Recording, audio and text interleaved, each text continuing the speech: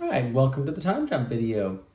If you haven't watched all the plot that I covered in my other videos from this entire year, you might want to watch that first so you know how all this relates. This will be a shorter video that covers what happened in the time jump, or what's the time jump preview it's called, which is what we think is going to happen with the time jump, and we're going to start doing time jump day tomorrow.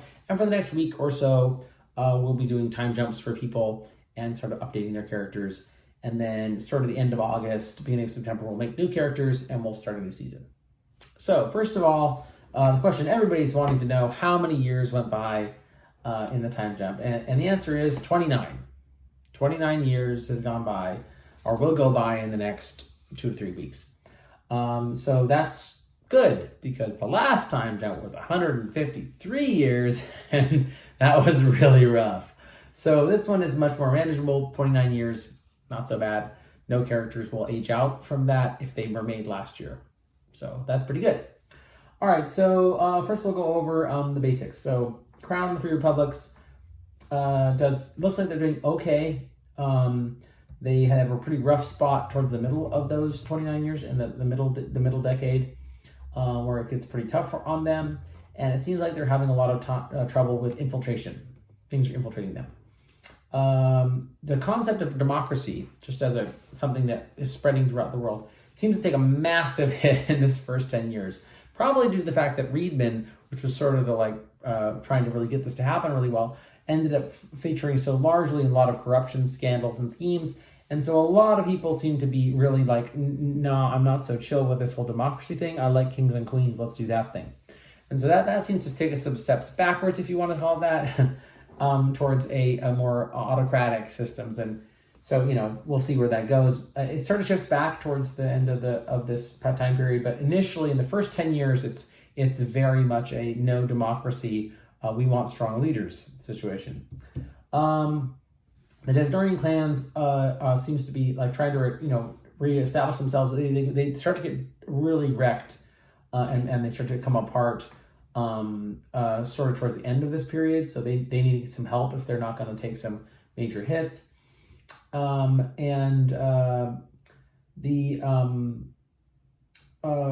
Mostly the Free Republics in general, it kind of is doing pretty well, except for like socially they're having some kind of like messaging issues, I guess, with people agreeing to want to be parts of this group. So Pinnacle does okay. Not great, but they don't end up with any massive problems. But coming out of the time jump, they seem to have exerted a lot of energy, and it's taken them a big toll on all their resources. And so they're kind of, not in major trouble, but not great either.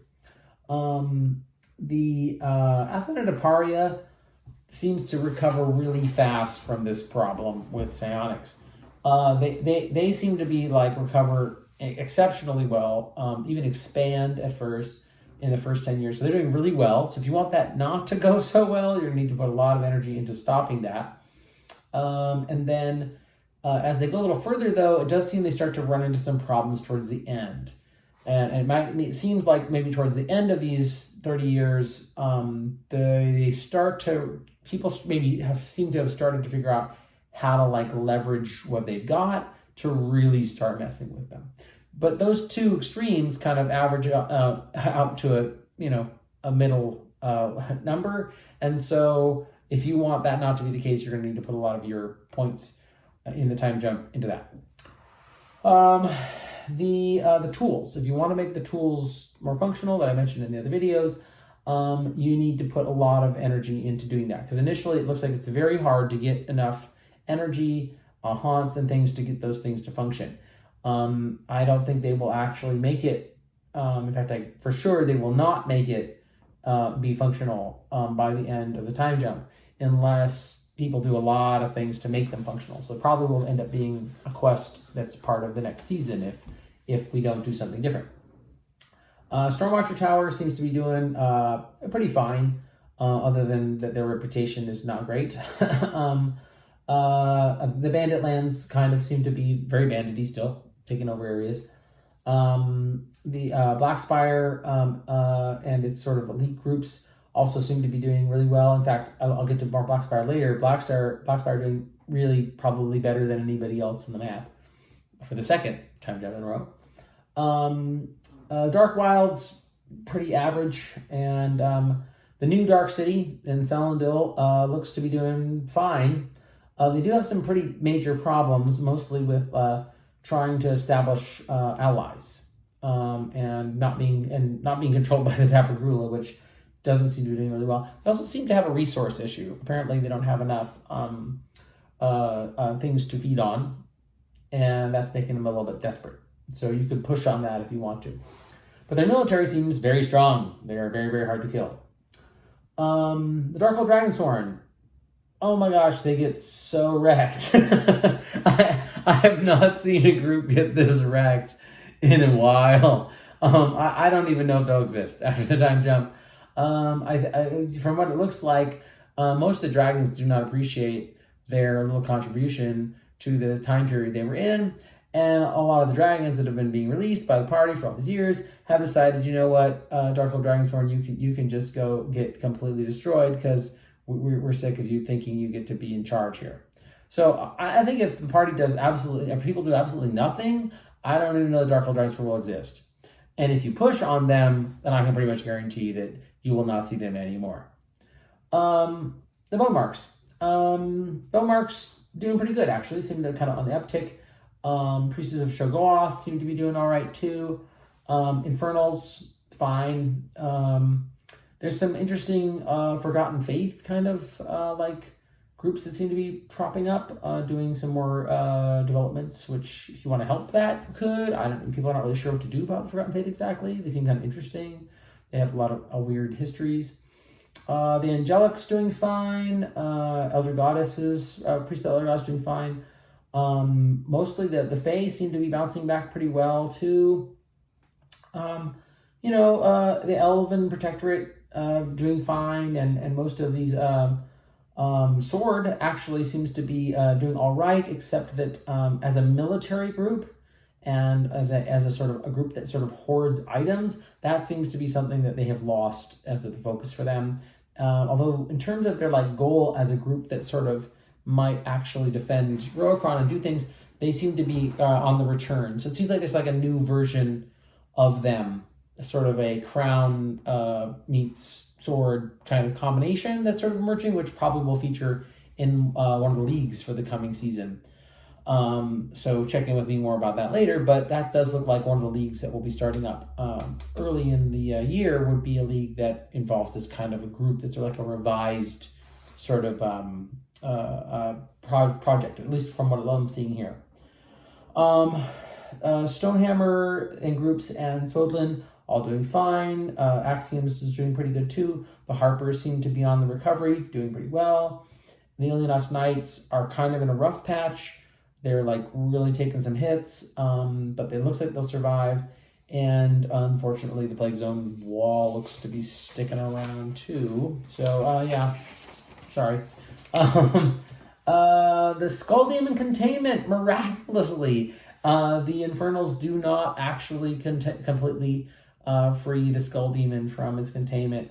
That's really surprising. There may be a battle or two about that we need to run, but from what the numbers I've got, it looks like odds are in our favor. So as long as we don't mess up that battle, should be okay.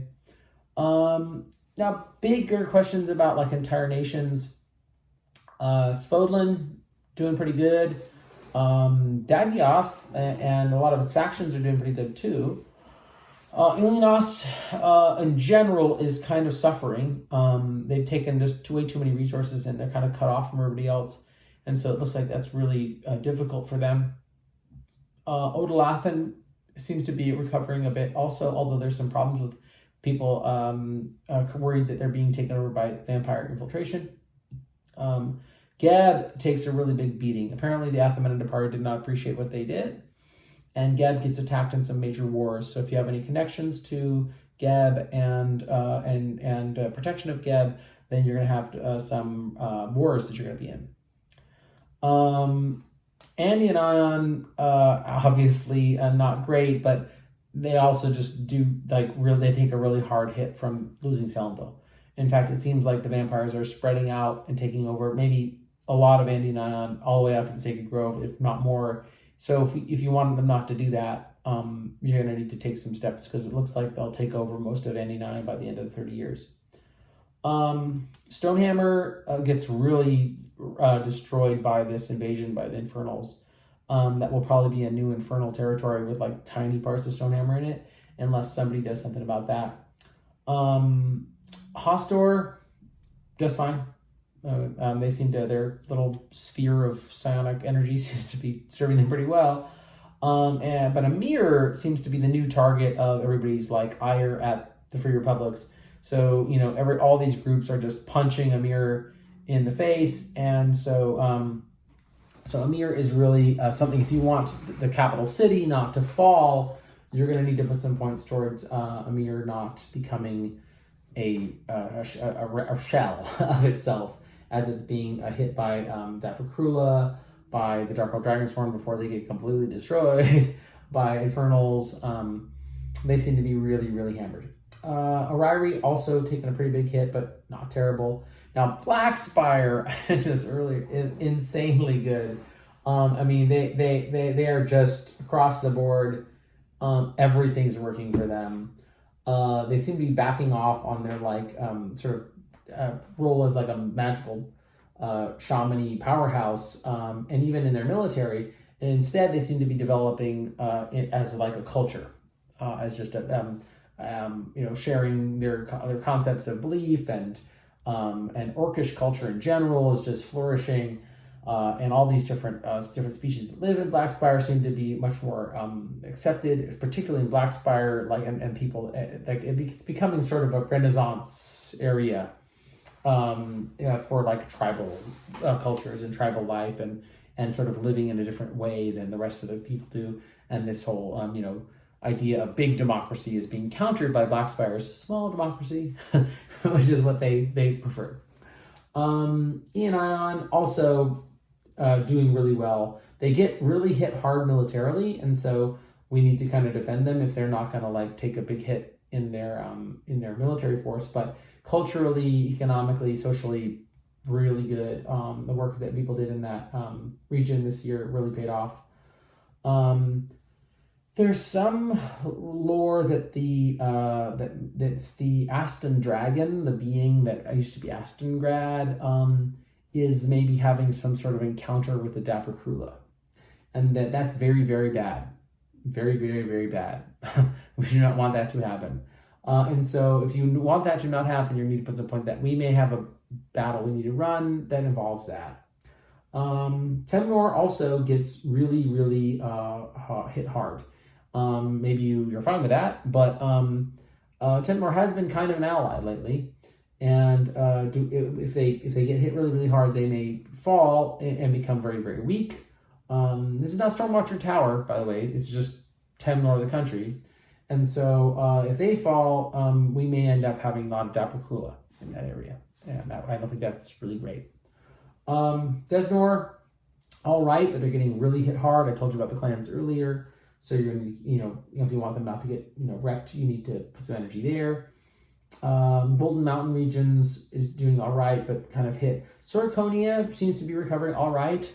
They seem to be sort of struggling with the exertion of all this stuff, all their shrines that they put out, all the energy they put out. They seem to be like on low energy, so they might need people who have abilities to power up their effects to put energy in there.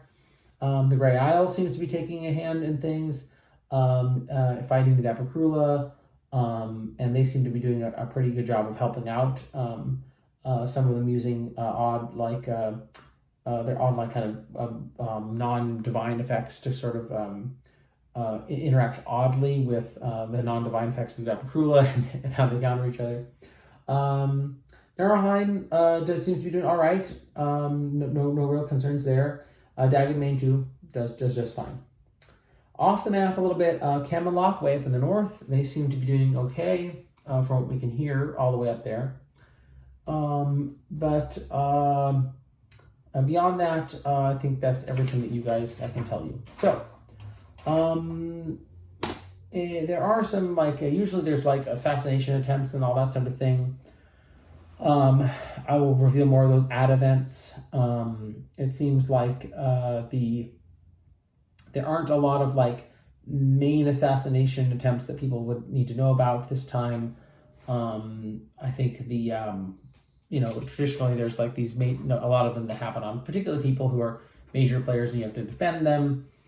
In this case, I would say that most of the people seem to be doing pretty well. There's an attack on Sen, which is kind of significant, but I mean, it is an attack on Sen. I mean, maybe he'll be fine. I don't know.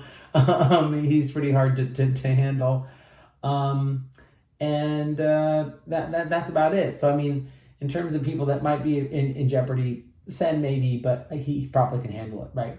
So everybody else seems to be making it through just fine. Okay, there's a bit more, but I'll cover it at events. I think that's enough. All right, have a good one.